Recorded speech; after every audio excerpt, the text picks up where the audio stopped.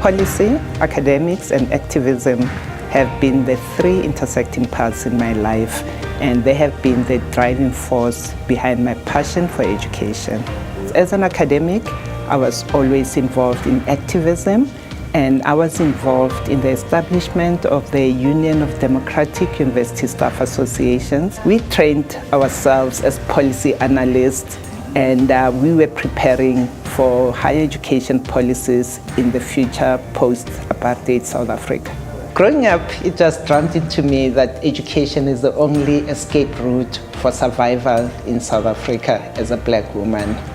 My father believed in education, and he told me something that I won't forget, that education is the only thing he can give me that nobody will take away from me.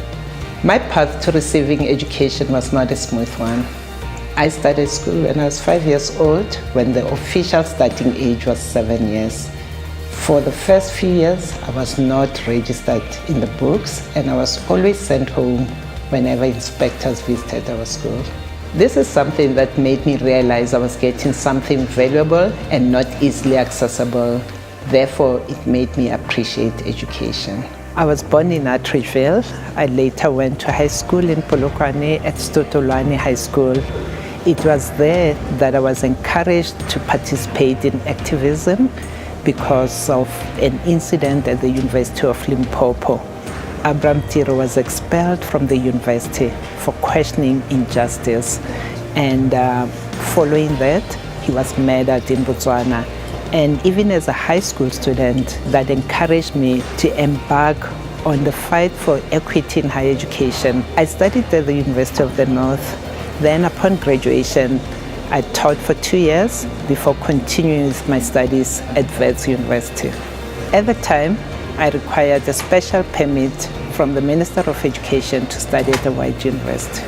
I exploited a loophole in the law that allowed black students to study at a white university if the black university didn't offer the degree. Then, on a Fulbright scholarship, I pursued a doctoral degree at the University of Wisconsin in educational instruction. During my years in academia, I continued to engage in activism. I was one of the founder members of the Union of Democratic Staff Association, UDUSA, and later became the national president. UDUSA was organized as a platform to organize academics and professionals to get involved in the struggle for freedom. The goal was to get voices of academia out in the struggle and to participate in the struggle of the time. Changing education was not on the agenda at the beginning, but became a project with time as we started thinking about the future policies for higher education. The vision was to have a higher education system that served the needs of a democratic country and not the needs of an apartheid system. During that time, my colleagues and I started exploring future policies for higher education in post-apartheid South Africa, eventually producing the Red Book report that envisioned the future higher education system in the country. I then joined the National Education Policy Initiative, a project organized by the Mass Democratic Movement. I joined as a member of the management team and also a member of the research team. After stepping down as president of UDUSA, I joined the Center for Education Policy Development as a policy analyst. This was an initiative of the ANC Education Desk. In 1994, I joined the transition management team to the Department of Education, where I spearheaded the establishment of the National Commission on Higher Education. The commission was appointed by the then President Nelson Mandela.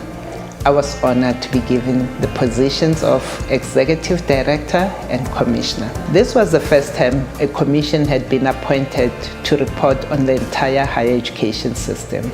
The commissioners came from various backgrounds and were representative of society and the higher education sector. As a commission, we had to come to a common understanding of the vision for higher education and the rules of engagement with our broader society. This is where the three paths, academics, activism, and policy come together, culminating in a final report that we handed over to government. I then returned to the Department of Education, where I served as a special advisor for Minister Bengu and again as a special advisor to Minister Naledi Pandor. I then returned to New York University, returning to academia to become a professor and director of the higher education program. There's a lot of untapped talent in the schools. There are many learners looking for role models who will smooth their path to success in life. I'm encouraged to see the many young leaders taking the initiative to support learners in the schools and helping them make it through life. I'm committed to working collaboratively with them to help learners gain access into higher education.